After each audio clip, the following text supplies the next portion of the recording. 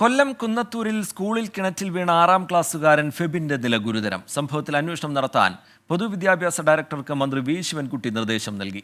സ്കൂളിലെ കിണറിന് മതിയായ സുരക്ഷാ സംവിധാനങ്ങൾ ഉണ്ടായിരുന്നില്ലെന്ന് ഫെബിന്റെ പിതാവ് 24-നോട് പറഞ്ഞു. കൊല്ലം കുന്നത്തൂർ തുരുത്തിക്കര MT UP സ്കൂളിലാണ് സംഭവം.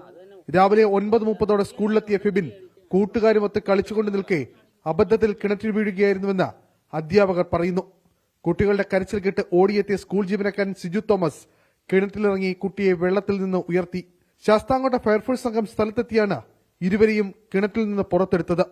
തലക്കേറ്റ പരിക്ക് ഗുരുതരമായതിനാൽ ആദ്യം എത്തിച്ച ആശുപത്രിയിൽ നിന്ന് കൊല്ലം മെഡിസിറ്റിയിലേക്ക് മാറ്റുകയായിരുന്നു. ആഴമേറിയ കിണറിന് മതിയായ സുരക്ഷാ സംവിധാനങ്ങൾ ഉണ്ടായിരുന്നില്ലെന്ന് ഫെബിന്റെ പിതാവ് 24-നോട് പറഞ്ഞു. കിണറ്റിന് ഗ്രില്ലുണ്ടോ എന്ന് ചോദിച്ചപ്പോൾ അന്നേരം പറഞ്ഞു ഉണ്ടെന്ന് പറഞ്ഞു. പിന്നെ അന്വേഷിച്ചപ്പോൾ കിണറ്റിന് ഗ്രില്ലില്ല. ഇല്ല, അവിടെ ഇപ്പൊ അടുത്തിടയ്ക്ക് അവർ പ്ലാറ്റിനം ജൂബിലി കഴിഞ്ഞത്. ഇത് റെഡിയാക്കിയില്ല.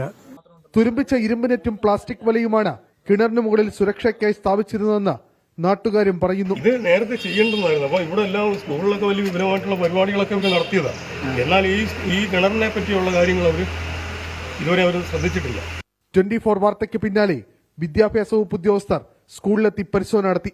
കിണറിന് മുകളിൽ മതിയായ സുരക്ഷ ഉണ്ടായിരുന്നില്ലെന്ന് വിദ്യാഭ്യാസ വകുപ്പും കണ്ടെത്തിയിട്ടുണ്ട്.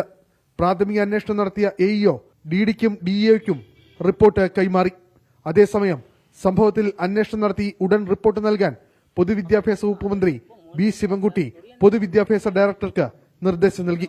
കുട്ടി വെന്റിലേറ്ററിൽ ചികിത്സയിൽ തുടരുകയാണ്. 24 കൊല്ലം.